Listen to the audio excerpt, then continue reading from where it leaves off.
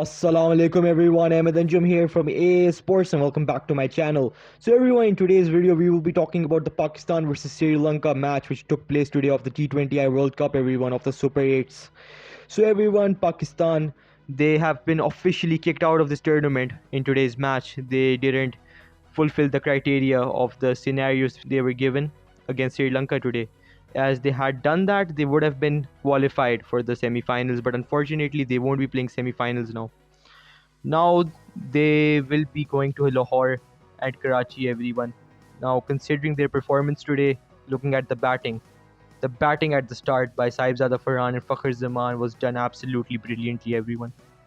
Now, Fakhr Zaman, he proved that when it comes to opening, he's the king. But when it comes to batting at number 5, number 6, he cannot get that grip. So Pakistani cricket team should have made this decision way back in the T20I World Cup.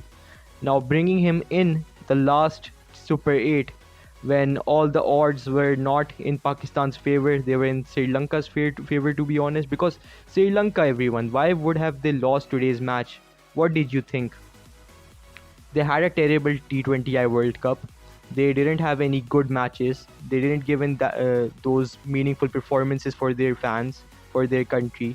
Now they have their last match in their home ground. What do you think? They'll leave the match. They won't give in a performance because you guys didn't boycott the match of India. Now, considering all of these factors, everyone, looking at Pakistan's middle order collapsing, now did we rely only on Saibzada Farhan and Fakhr Zaman? No, we did not. We thought that the middle order will also bring in some meaningful performances. Of course, we saw Khwaja Nafi coming in at number 4. Khwaja Nafi, everyone, he's a brilliant all-rounder. He's a brilliant batsman, to be honest. Now he's the future of Pakistani cricket, but considering this guy only played around 2 to 3 matches of T20Is, and you guys are bringing him in after the whole World Cup has ended. Now, in the final match against Sri Lanka, sounded really odd to me, everyone. It sounded really odd, to be honest. Because, of course, he went in for a big shot as they had to make big runs. They were around 213 when Saibzada Farhan got dismissed. No, sorry. They were on 188 when Saibzada Farhan got dismissed, and then Khwaja Nafi comes in, he goes for a big shot and boom, he gets dismissed as well. And then Shadab Khan comes in, he gets run out, everyone, even though he could have scored some runs for the Pakistani cricket team, but unfortunately he got run out.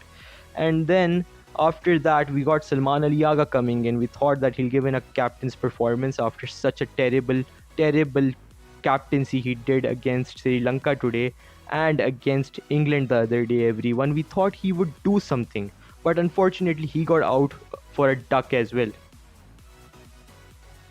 Pathetic. But Pakistan, they won this match by 5 runs. Now, to be honest, the batting was done brilliantly, everyone. As Pakistan, they scored a total of 212 runs for 8.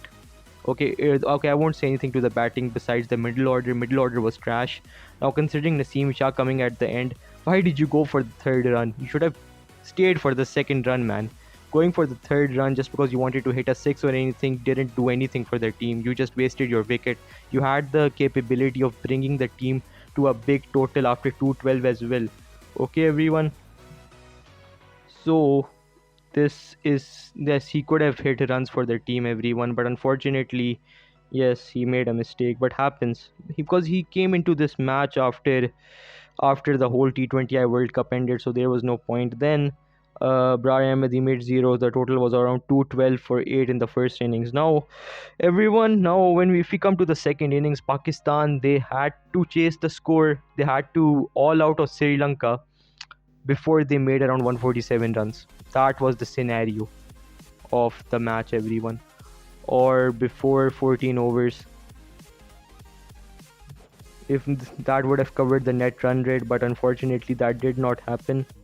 The batting of Sri Lanka was strong, if we look at it that way, and the bowling of the Pakistani cricket team was weak compared to the batting. I'll say it again, batting was done absolutely well, no doubt.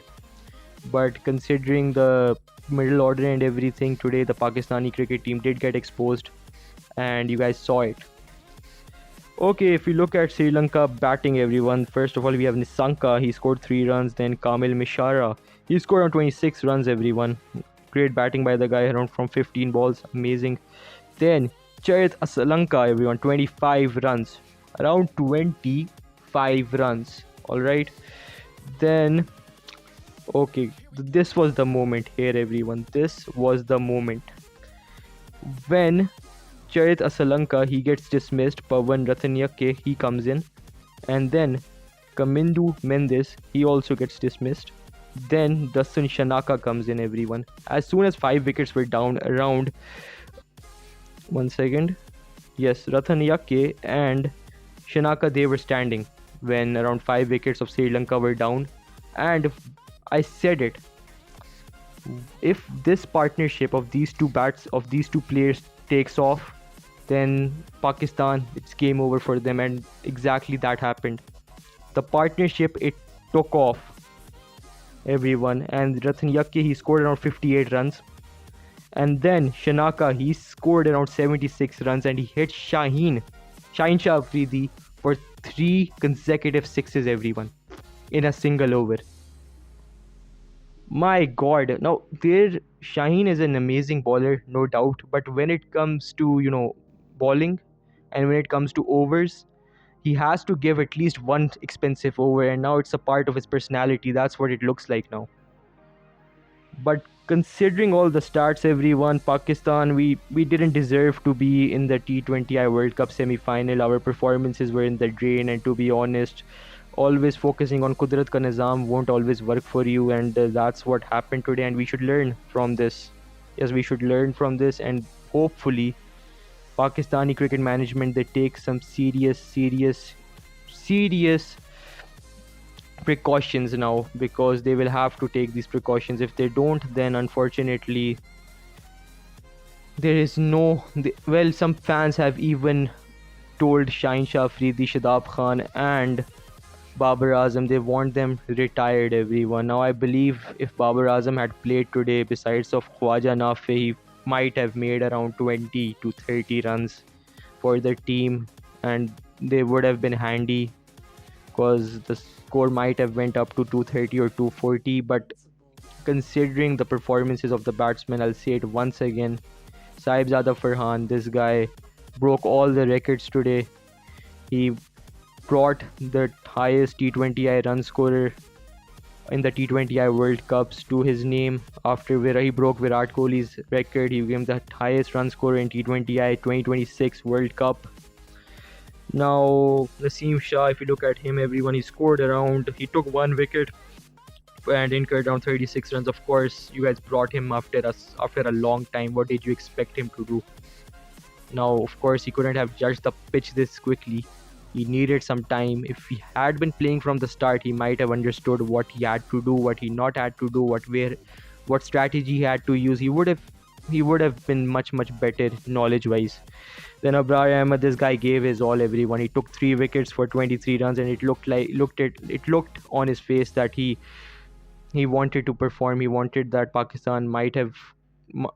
he wanted that Pakistan should play the semi-finals, but unfortunately, due to the mistake of some other bowlers like Shadab Khan and Shaheen Shah Afridi, Shaheen Shah Afridi took 48 runs in a single over, everyone. Not in a single over, in 4 overs, but the last over of the 19th was very expensive. Considering they were out of the semi-final stage, but still he should have bowled. He should have bowled really, aggressively at that point. He should have shown power.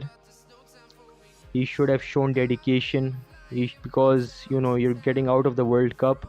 So if you get out of the World Cup, you should get out of the World Cup with at least some style. Alright, like Sri Lanka, they did. They gave in a performance, everyone. Now, okay, Pakistan, they're out of the T20I World Cup, but to be honest, this match, they played well. The batting was done absolutely well, but the bowling, it had some mishaps, and they did not fix them. But honestly, captaincy was really bad as well, because Salman Ali Agha bringing in Shadab Khan at number 5, why did you do that? Honestly speaking, what do you think Shadab Khan? Who is he? He's an experienced all-rounder. Do you think he can come in at number 4 and he can score runs for you? No, he cannot. He doesn't have that charm anymore. All right, everyone. Then looking at Khwaja Nafi, he needs a lot of practice as well. He's the future of the Pakistani cricket team. He's amazing with the bat, but this guy, he still needs some practice. But then everyone, if we look at the stats, we have Mohammad Nawaz. He wasn't useful. Salman Ali Agha, of course. Now some reports have also come in that that Shadab Khan, he might become the captain of the Pakistani cricket team after Salman Ali Agha. And honestly speaking, people are saying that they'll stop watching Pakistani cricket. Everyone, they'll boycott the Pakistani cricket team and their matches if Shadab Khan becomes the captain. While everyone looking at the stats and everything of today's match, it was a good match. It was a fighting match, but considering Pakistan got out of the World Cup, they didn't make it to the semi-finals.